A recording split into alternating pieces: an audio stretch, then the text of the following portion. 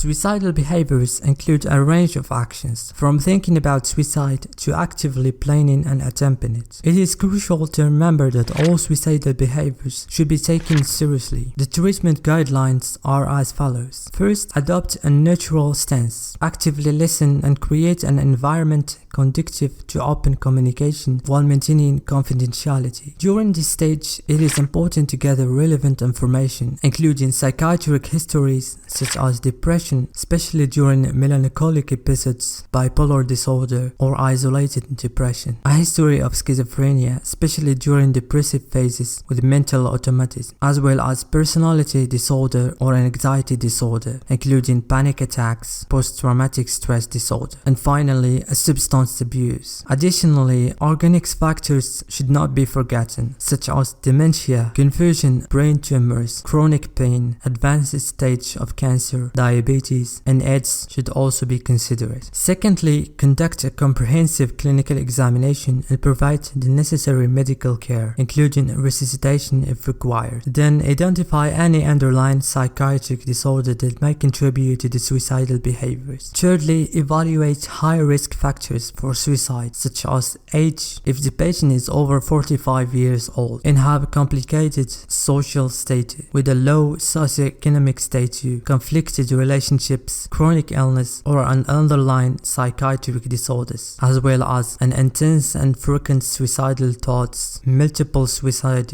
attempts, premeditation before attempting any suicide, and the unlikelihood of seeking any help, and the absence of regret after suicide attempt. Hospitalization should be considered in specific cases, including those with a history of suicide attempt, progressive psychiatric illness, high suicidal attention, persistent desire for death, the absence of regret, the presence of delirium or confusion, refusal of outpatient care, and a low socioeconomic environment. Pharmacological treatment and psychotherapy should be based on the identified etiology of the suicidal behaviors. Lastly, focus on the prevention of suicidal behaviors through an early detection and provide psychological follow-up and support after a suicidal attempt. Hope these informations are helpful, and thanks for watching.